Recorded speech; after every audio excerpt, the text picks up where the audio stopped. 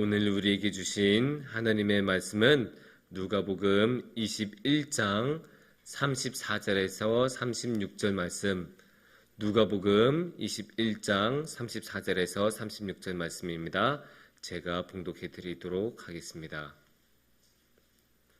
너희는 스스로 조심하라. 그렇지 않으면 방탕함과 술 취함과 생활의 염려로 마음이 둔하여지고 뜻밖의 그날이 덫과 같이 너희에게 임하리라. 이날은 온 지구상에 거하는 모든 사람에게 임하리라. 이러므로 너희는 장차 올 이 모든 일을 능히 피하고 인자 앞에 서도록 항상 기도하며 깨어있으라 하시니라. 아멘.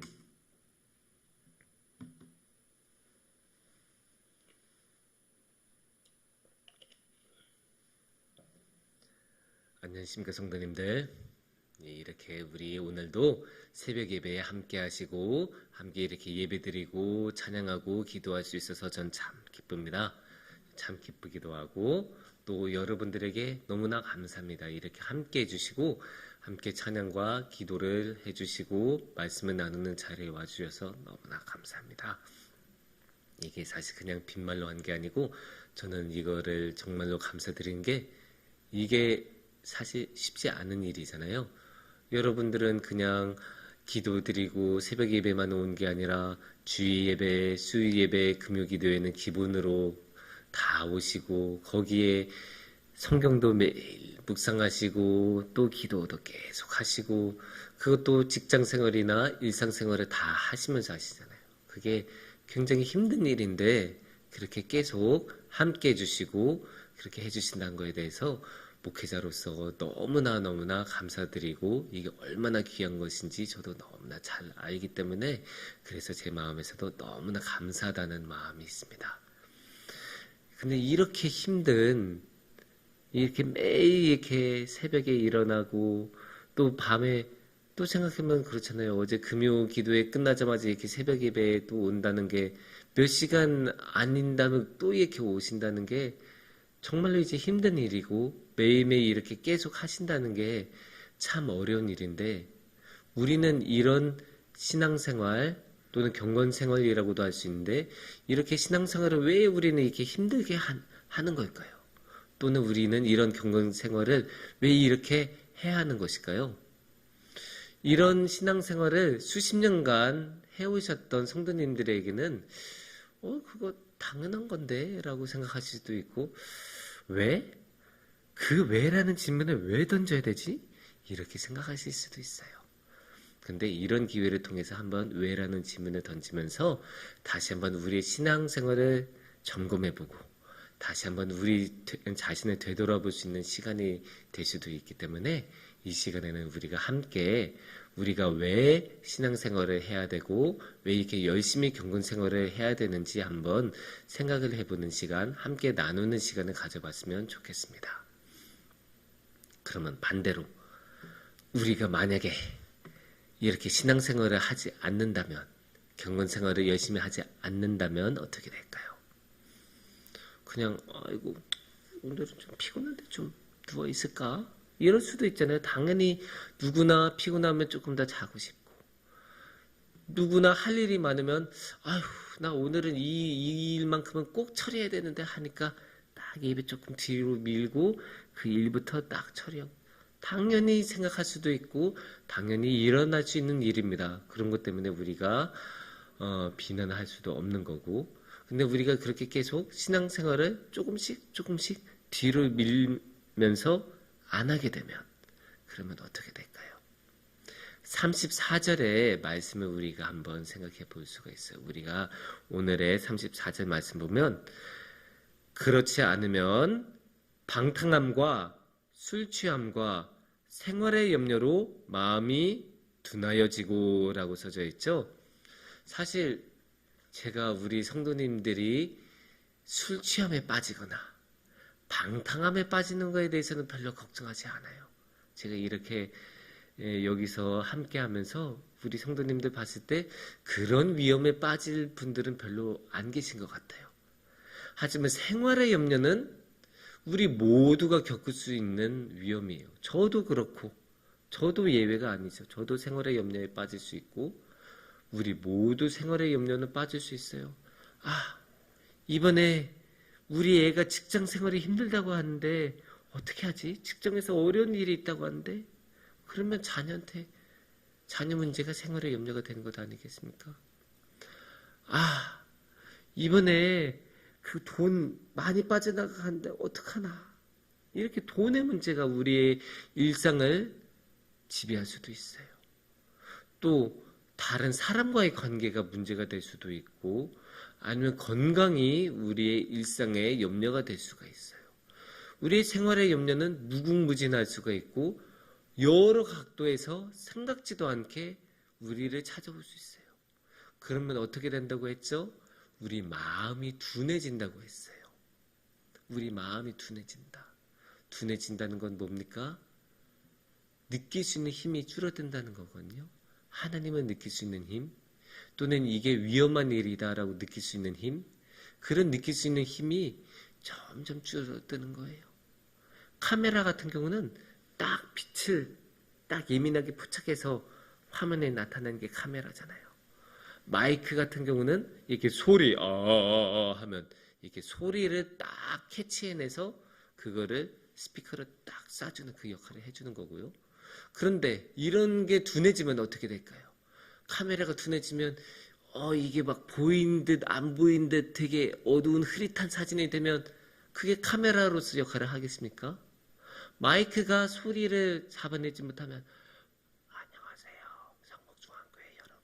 이렇게 되면 그게 마이크로서의 역할을 하겠습니까? 그게 의미가 없잖아요. 그래서 우리 마음도 둔해지면 안 되고 항상 원래 예민하다라는 말은 안 좋을 수가 있지만 이런 때는 예민하다라는 말이 좋게 사용돼요. 항상 예민하게 마음이 깨끗하고 날선 칼처럼 깔끔하고 깨끗하게 그렇게 돼야 되는 거예요. 그의 반면에 마음이 둔해지면 문제들이 생기죠. 어떤 문제들이 생길까요? 많은 문제들이 있지만 그 중에 저는 크게 두 가지 이야기하고 싶어요. 하나는 마음이 둔해지는 과정은 천천히 일어나거든요. 그래서 내가 마음이 둔해진다는 것도 모른다는 게 문제예요.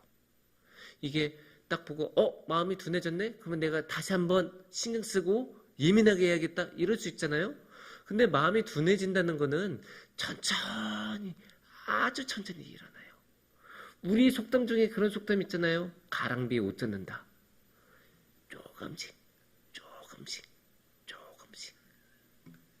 그러다 보면 이게 변해진 것도 몰라요. 그리고 조금씩 그렇게 변하다가 보면 어느새 내가 어느새 이렇게 됐지? 그럴 새가 되면 이미 돌이키기엔 너무 늦은 경우가 많아요. 아니면 돌아서려면 너무 멀어진 경우가 너무 많아요. 얼마나 고생해요, 그러면. 그리고 그렇게 되돌아갈 수 없는 선을 넘은 다음에 그렇게 되면 얼마나 안타깝습니까? 이게 우리가 살다 보면 어쩌다 보면 새벽 예배 못 나올 수도 있어요. 우리가 살다 보면 좀 어쩌다가 늦게 일어나서 못 나오는 수도 있고 또 아프면 못 나올 수도 있는 거예요. 특히 우리가 코로나 시대를 겪으면서 겪은 중요한 교훈이 뭡니까? 내가 독감을 걸리면 다른 사람에게 옮길 수도 있다. 그러니까 독감이 심하게 걸렸을 때는 오히려 집에서 쉴 수 있는 게 나을 수도 있겠다. 이런 소중한 교훈을 우리가 배우지 않았습니까? 그래서 그런 이유 때문에 어쩌다 한 번 못 나온 거에 대해서 어느 누구도 뭐라고 할 수가 없고 큰 문제가 되지 않는다고 저는 확신합니다. 하지만 그 어쩌다 한 번이 어쩌다 두 번이 되고 어쩌다 세 번이 되고 어쩌다가 한 주에 두 번이 되고 세 번이 되기 시작하면 그때는 문제가 되는 거예요. 왜냐면 그렇게 조금씩 양보하고 줄어들고 그러다 보면 어느새 우리의 경건의 생활도 이렇게 딱 흔적도 없이 사라질 수 있기 때문이에요. 또 이제 우리가 그 마음이 둔해지면 일어나는 또 다른 문제가 있는데, 그거는 바로 반응을 하기 힘들다. 예민하게 반응을 하기 힘들다는 거예요. 우리가 뭐 예를 들면 운전할 때 어때요? 운전할 때 예민하게 반응해요. 딱 보면 저기서 오타기가 뭉 하고 들어오는데 그때 가만히 하고 있으면 어떻게 되겠습니까? 옆에서 차가 빵빵 하고 들이미고 있는데 아무 생각 없이 계속 차선 이동하고 있으면 어떻게 돼요? 꽈당! 큰일이 일어나겠죠. 그러면 안 되잖아요. 딱 빵 하면 그때 하고 딱 이게 다시 틀고 오토바이 쫙 오면 어이구 하면서 이제 방어 운전하고 그렇게 해야 되는 것 아닙니까? 예민하게 빨리 반응하고 곧바로 딱 이렇게 해야 되는데 마음이 둔해지면 그게 되겠습니까? 예수님께서 자 지금 빨리 와야 돼 한데 예. 이렇게 되면 되겠습니까? 나무늘보에 그렇게 하겠죠. 주님 잠시만 기다려 주세요. 이렇게 하겠지만 우리는 그러면 안 되지 않겠습니까? 우리는 그냥 예수님이 지금이야 하면 예 알겠습니다 하고 곧바로 딱 자리에 일어나서 따다다닥 따라갈 준비를 해야죠. 그게 우리의 모습이어야 되는데 마음이 둔해지면 느려질 수밖에 없어요. 집중력도 떨어질 수밖에 없고 딱 이렇게 하는 것도 슥 이렇게 하게 돼요. 그러면 안 되죠.